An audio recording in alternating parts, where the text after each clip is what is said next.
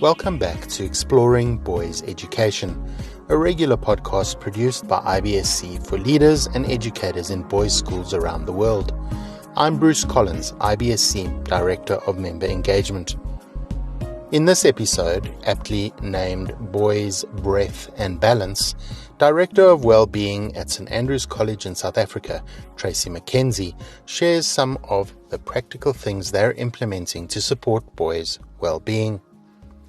Tracy recently presented a very well-received workshop at the IBSC Southern African Regional Conference, and in this conversation she shares the philosophy behind St Andrews' holistic and organic approach to student well-being. And we'll also explore how they are fostering long-term habits for mental health, the importance of a collaborative support network, and we'll explore the fascinating concept of breath intelligence and its practical application in helping boys manage stress and find balance. For those who don't know, Tracy and I worked together at St Albans College in Pretoria, South Africa for a number of years, and Tracy moved on to a different school, also an IBSC member school, and is doing some wonderful work there around well-being and looking after boys. And I just wanted to speak to you, Tracy, about what you're doing. But before we dive into that, maybe you could share a little bit about St Andrews College and also your role there and what you're busy with. Thanks, Bruce. Thanks for having me. I'm super excited to share one of my many passions. Probably the gem of St Andrews is its location. We are an independent all-boys school, full boarding. We do have some day boys, but they are quite a small cohort of our intake. And we're situated in Makanda in the Eastern Cape, which is a small. It is actually a city because we have a cathedral, but that doesn't say much actually. It's a small village really, and as I say, I think that is one of St Andrews' USPs, if you like, because we've got access to such amazing fauna and flora, to such amazing beaches. And that certainly is something that I draw on a lot. But also I think for our boys as well, to have access to that and to have that on their doorstep, and particularly in terms of their wellness, serves them well. So I teach English primarily, and over the last 2 years, this is my second year of doing it, I run the wellness programs. It's very organic, it's growing, but certainly our avenues and how we navigate the spaces have to be quite fluid depending on kind of what's cropping up for us. My main role is obviously to ensure the well-being of the boys, but in doing so it trickles over into staff as well, which is also a very affirming and important space, because happy staff mean happy children at the end of the day. Yeah, and I suppose particularly in an environment where you're kind of all boarding, during term time, it's full on for everyone. Yeah, no, absolutely. And our housemasters and sort of boarding house staff are, term time is flat out. Tracy, I like that word you used, organic, because it almost feels to me like the whole idea of wellness and well-being is by nature organic, It's all very well and good developing a policy for this and a policy for that, and maybe it is good to have some guidelines, but like you say, it has to be responsive to the moment. So as you think about your program or your approach, maybe we can start right there with the philosophy or principles behind St Andrews' approach to student well-being. The overarching principle is the safety of our children, the safety of the boys in our care, and that doesn't necessarily mean physical safety, but it means safety around the way in which they make decisions. Are they able to do that in an informed way? So there's an element of prevention and proactivity in some of what we offer.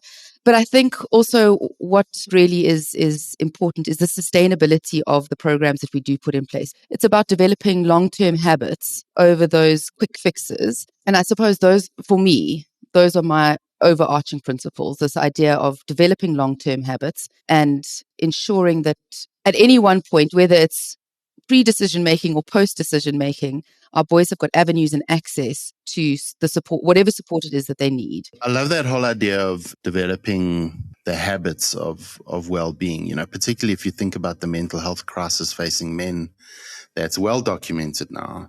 It just seems to me so important for for boys when they're in that adolescent space to be able to develop things early on that they would be able to draw on in the future. Yeah, absolutely. And I think so much of what I'm trying to do is actually, it's not about the programs, it's about self-awareness. And we'll get into that a little bit later when we talk about breath. But, it's about noticing, because before anybody else can see things, if you're in tune, you can notice it for yourself first. And for me, that's super important. Trace, I can imagine that, when you think about doing this in a school like yours, you have to have collaborative support. And I'm sure this is true for many boys' schools around the world, or folk who are in your role. It's not something you can do alone. I know St. Andrews has housemasters, tutors, boarding staff, other people on the wellness team, and also, professionals that go beyond our understanding of things as educators. I wonder how you look at that team effort to collaborate and create a comprehensive support network for boys. We have a wellness team that comprises our resident psychologist, our physio, our biokinetist. We obviously have, a fairly well set up sanatorium, and we have 3 SAN sisters that work there. They are permanent members of staff, not all at the same time. And then we've got a learning support professional. And then on the sort of more pastoral side, obviously we've got our housemasters and house duty staff. We've got our chaplain. And then our 3 deputy headmasters are also integral in infiltrating that space in terms of safeguarding, in terms of academic support and extension, actually. And then obviously discipline and sport, which play a huge role. So we've got a big team. And what we have done is we've broken those teams into the workforce, so the people that are on the ground and that are actually doing, having the interactions with the children.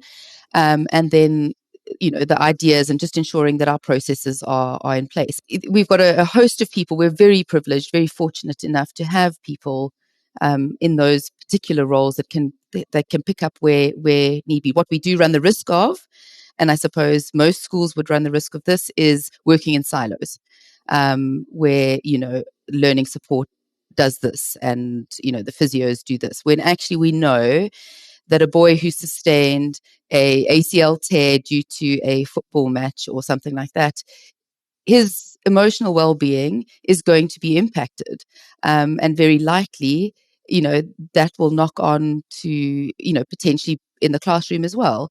Having all the support is amazing, but it's not amazing if you don't communicate effectively. I get the real sense in, Tracy, that the wellness team and its cohesion appears really central to the efforts you have. And I love the fact that you spoke about all these different facets and the connection between those, and moving away from a siloed approach. The boy you spoke about in this example who tears his ACL and is no longer part of a team. I mean, even his sense of belonging, the impact that has on his feeling of self-worth, or where he fits in, or what he's part of or what he isn't. So maybe you can dive in a little deeper to those different facets, as you think about the academic, physical, spiritual, and psychological needs of boys. In a case where we've got a boy, I've currently got a boy in my tutor group actually who has that ACL tear and has undergone massive surgery and relies heavily on his sport as his identity. And suddenly he doesn't have that identity anymore. And the ripple effect has been immense. But what has been so beautiful, and it's largely down to the child himself as well, in terms of the fact that he was able to acknowledge and able to identify how he was feeling and was able to find the support that he needed. I went last night actually to go and watch him sing in the choir. And there he's finding his space and his identity as one of the choristers, which I just think is amazing. And he's also involved in, and this is where our sports department has just been so amazing, is that they've drawn those boys alongside them and involved them in the coaching of the junior teams. In fact, 2 years ago now, we had one of our first team rugby players who sustained a debilitating injury at the start of the practice, getting honours for rugby as a result of what he had done in the under 14 side. And for me, that is just beautiful. So, it reminds me, Trace, of something our executive director, Tom Batty, says quite a bit. She says, boys' schools are good at creating opportunities for boys to find what they're good at and then give them opportunities to develop what they're good at. And it just strikes me there that I think what's wonderful about a lot of boys' schools is the breadth of experience that a boy can have at a school. So, you're talking about a boy losing his sense of belonging in a sports team, but finding it in the choir or elsewhere or in coaching. And I think that's where that flexibility, that organic nature of things is important, because it's not just about addressing his well-being in a formal way, but are there ways that we can create space for boys who are maybe struggling in one area but might find meaning somewhere else? Yeah, no, it's hugely exciting, and I think that's where, like you say, that cohesion of our staff is so important. So let's talk about that a little, Trace, because I think you spoke about your challenge as kind of the being in charge of well-being, of drawing all these different sort of pillars and people together and having this kind of cohesive approach. When you look at it holistically, like we've been speaking about, how do you integrate the work of your team, the wellness team, so many important folk and different layers and different levels, with everyone else at school, so that this isn't just an effort of the wellness team or the director of wellness, but everyone on the team buys into the fact that boys' well-being is important? Bruce, that's a hard question to answer, because I'm not sure we always get it right. But it's certainly not for lack of trying. Our chaplain talks about boys having an inner circle. So, that would be their housemaster, their parents, their teachers, of every subject, the wellness professionals that they are connecting with, whoever they might be. And I suppose at its very core, it's ensuring that those people, that circle, is well informed.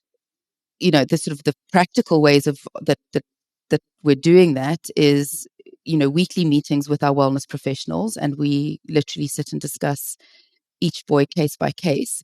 And then, obviously from that, their action points, and it needs to be shared with the people that need to know. So they're in a circle. Things like individual education plans exist. At any one time, people can access the boys that they teach, what it is that the boys are happy to share with their teachers and coaches. And that, that's something that's developing and evolving all the time. I think it's those initial small meetings with our professionals, and then it's important that we have a chain of communication. And that what actually I think is so important is that feedback loop. So you've communicated with the people in the circle, and their response or their feedback is actually what allows us to move forward. It's almost like a spiral, if that makes sense, where we can evolve. It seems to me, in many ways, and we will speak about sort of specific interventions and programs in a bit, because I think those do have their place. But what really strikes me, Tracy, is your focus on the individual. It's about understanding an individual boy's journey. And so I'm wondering, as you're doing this kind of plan of supporting individual boys, of looking at the holistic implementation of wellness, how do you create a culture where boys are encouraged to proactively seek support? How do we help boys to overcome that potential stigma instead of it resulting in a crisis down the line? Again, not an easy question to answer, and every individual is individual. One of the things that we've implemented fairly recently is the Student Affairs and Wellness team.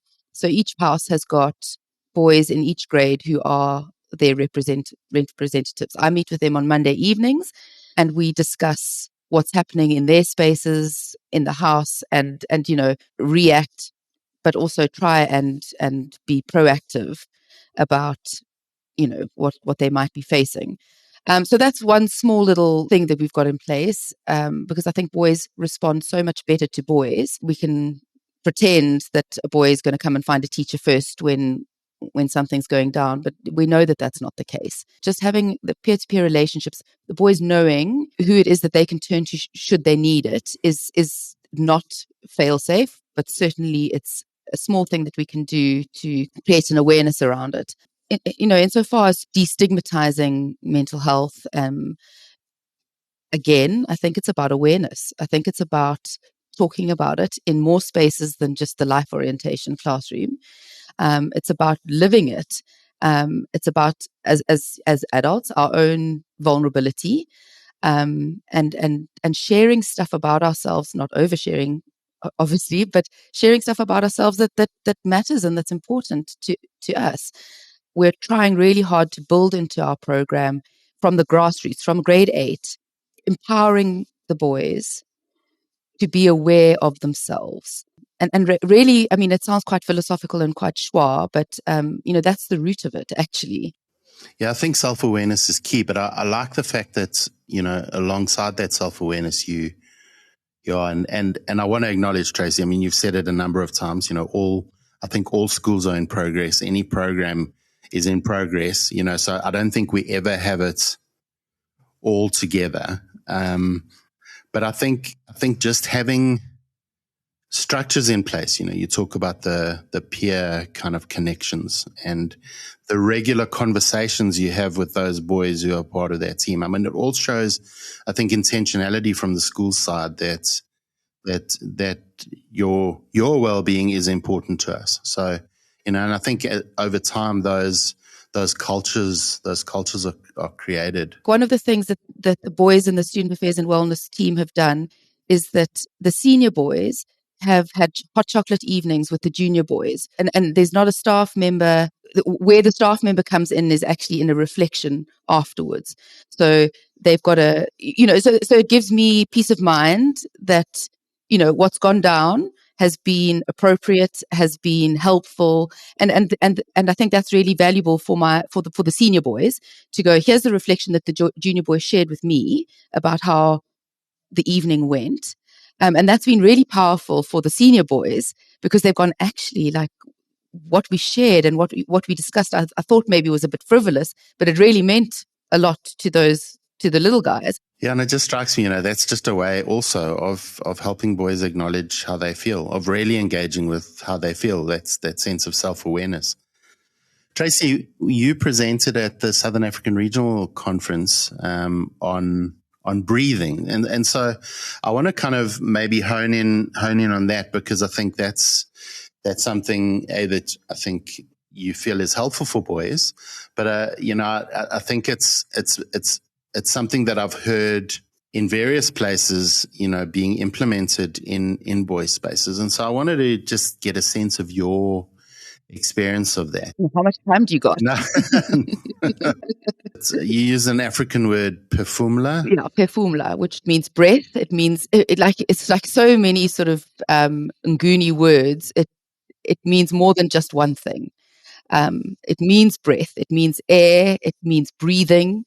And so to perfumla, if you were to use it as a verb, is to breathe. But there's kind of a deeper connotation to that. That's in that breath is life. So you spoke about breath, poise, and balance in your presentation, and I wonder if you could just, as a sort of introductory kind of moment before we speak about why breath work in adolescent boys, maybe you could explain the concept of breath intelligence and the actual practice of this. Just to give some context to my sort of understanding of breath work as well, I first came across James Nestor's book, Breath, which if you are a sciencey person and need to know the sort of the fund, do yourself a favor. It is really, really great.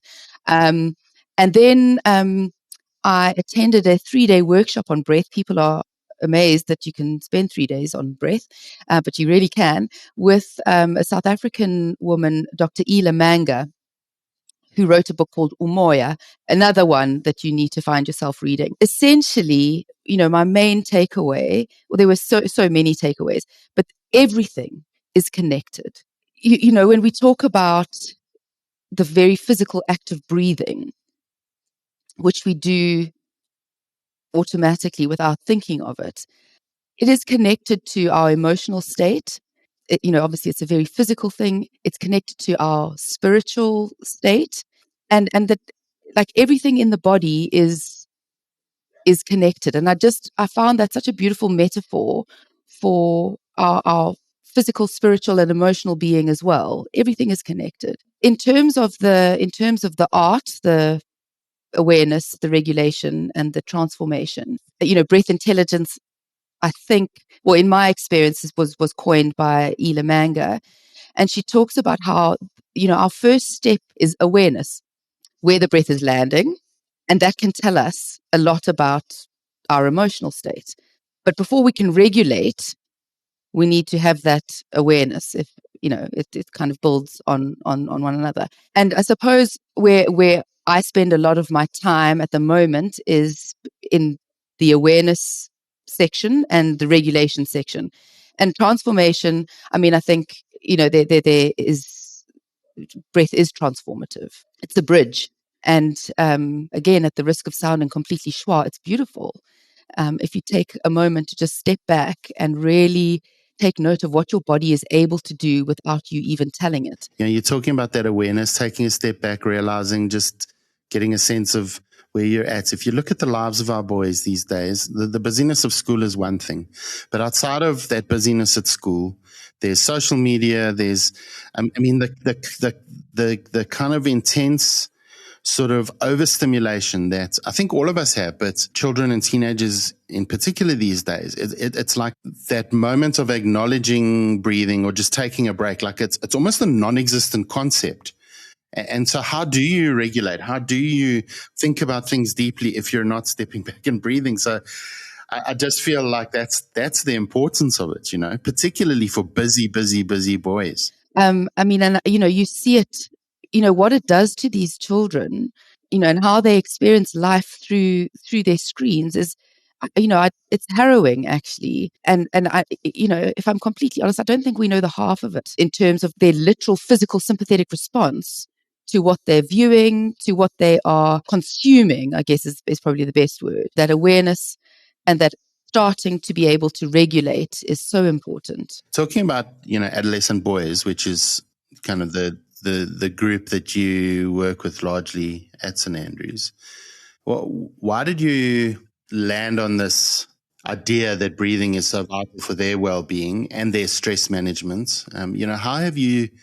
How have you possibly seen it helping them shift from, I think, what you call danger zones, those fight, flight, freeze spaces, to just having a sense of, okay, I've got this, I can cope, I can move forward, I know what to do next, I know I need to ask for help, I know what decision to make. Why is it so vital for our boys? And maybe we've touched on it with the busyness, but I'd love to get your perspective. Firstly, it's so accessible.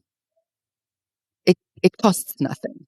We all breathe, spoiler alert.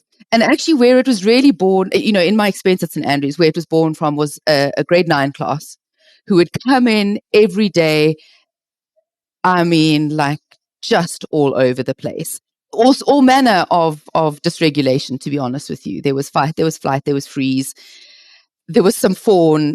Honestly, it was wild. And in 20 years of teaching, I kind of looked at this class and went, I've actually never experienced this level of dysregulation. I have to do something, but for myself.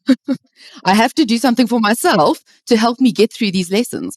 And so we implemented, I think it was towards the end of the first term, 2 minutes of breathing. I didn't really know what I was doing. It just was kind of intuitive, really, where I would get them to plant both feet on the floor and feel their feet. Again, awareness. And, we would maybe do like a little bit of a body scan or something like that. And I found that actually they responded pretty well to it and were a lot calmer.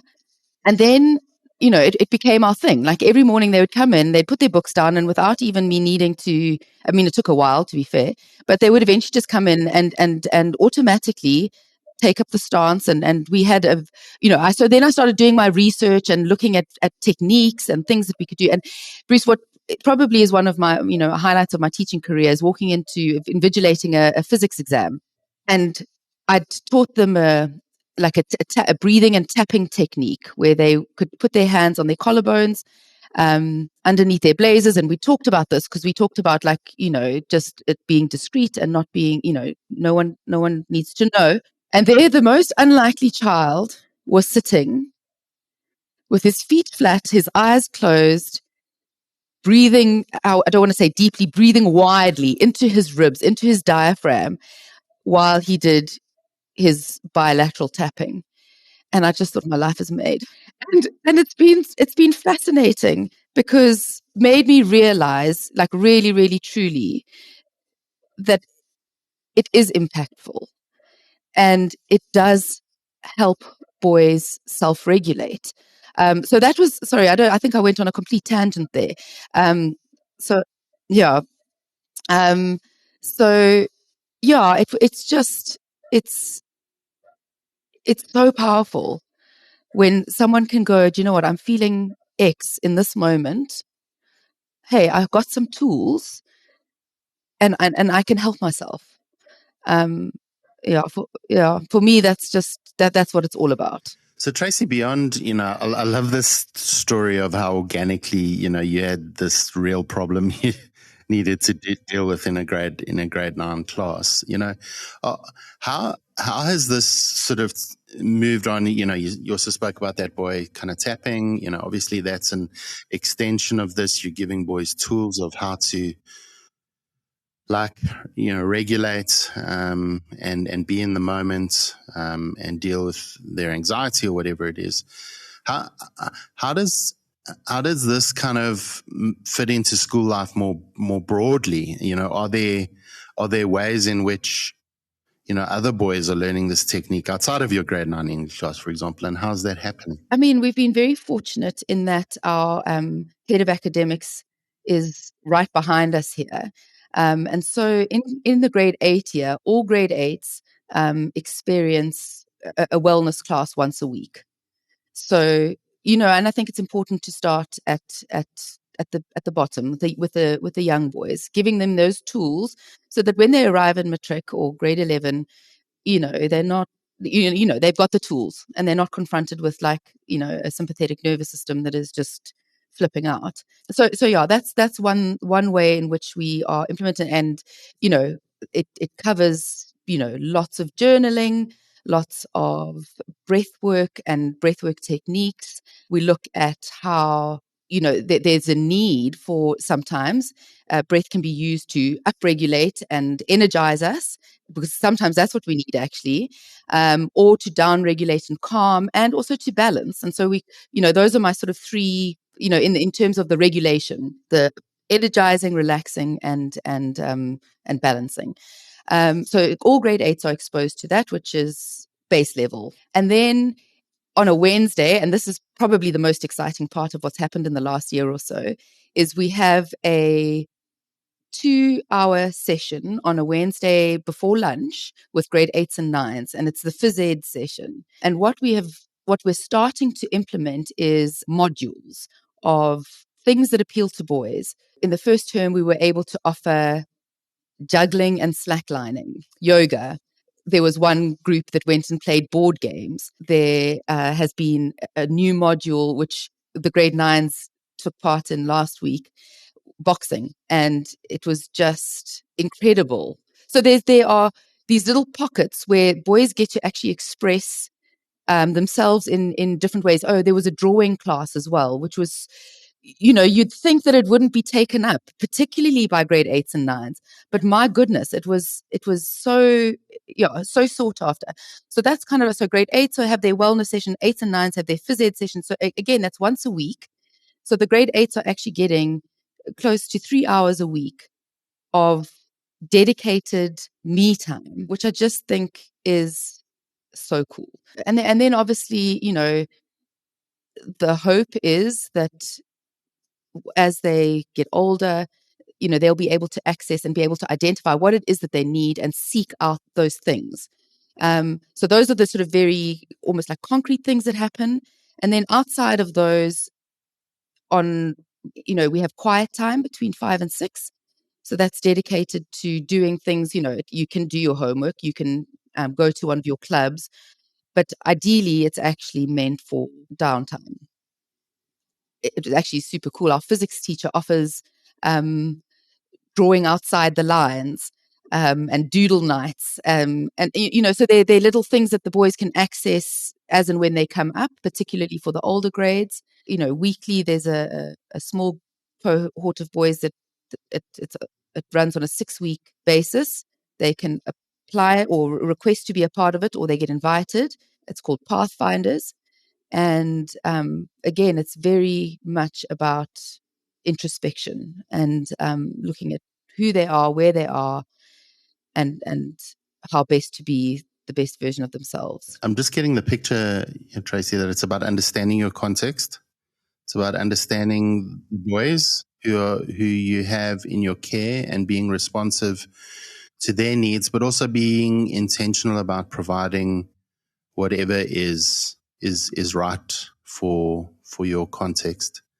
Tracy, you've shared so much, and I want to acknowledge as well, there's probably a lot of other stuff that's also happening in your kind of space, but in the interest of time, I wish we could speak for hours about this, but I'd love to give you the opportunity just to share some key takeaway or advice that you would offer other boys' schools who are looking to enhance their support systems for boys. Yeah, I think that's quite easy. Just start, honestly. And when you have those moments where you think, gosh, I'm making no difference, I'm making no impact, that is not the truth. Impacting one boy is really, it's enough. And you do more than you know you're doing. And the nature of boys is that it will be 10, 15 years before they can look back and go, wow, that actually really, that support meant that I am where I am, or and I think if you've been in the game for long enough, you as a teacher, that is that your impact is felt far beyond the 4 years or the 5 years that the boys are with you. So yeah, just start and keep on keeping on. I think that's it. Don't give up on them, even the difficult boys. I think acknowledging that often the struggles are because they're facing something that we can support. The ones that you feel deserve it the least are the ones that need it the most. I think that's a beautiful way to wrap up, Trace. I think that'll leave us with many things to think about, and maybe many boys who we know, who we think about immediately when you say that, to consider them. But thank you so much for your time. Thank you for sharing what you're doing. Thank you.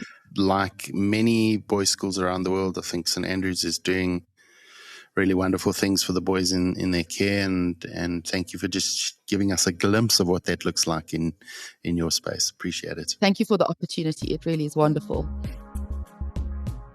What a rich and thought-provoking discussion on fostering well-being in boys through connection, awareness, and the simple yet profound power of breath. I'm struck by the importance of Tracy's emphasis on boys' safety, the impact of long-term mental health habit development for boys, and moving beyond siloed support to an integrated network in a boys' school that addresses academic, physical, spiritual, and psychological needs of boys. Tracy's advice to just start, and the reminder that impacting even one boy is significant, is a powerful message for all of us in boys' education. The journey of supporting boys' well-being is ongoing, and insights like these are invaluable. So thanks again, Tracy. For those of you traveling to Boston in June, as Belmont Hill School hosts the 2025 IBSC Annual Conference, all of us at IBSC look forward to being together with you and learning more about educating boys. See you there. And until our next episode, keep on championing boys' education.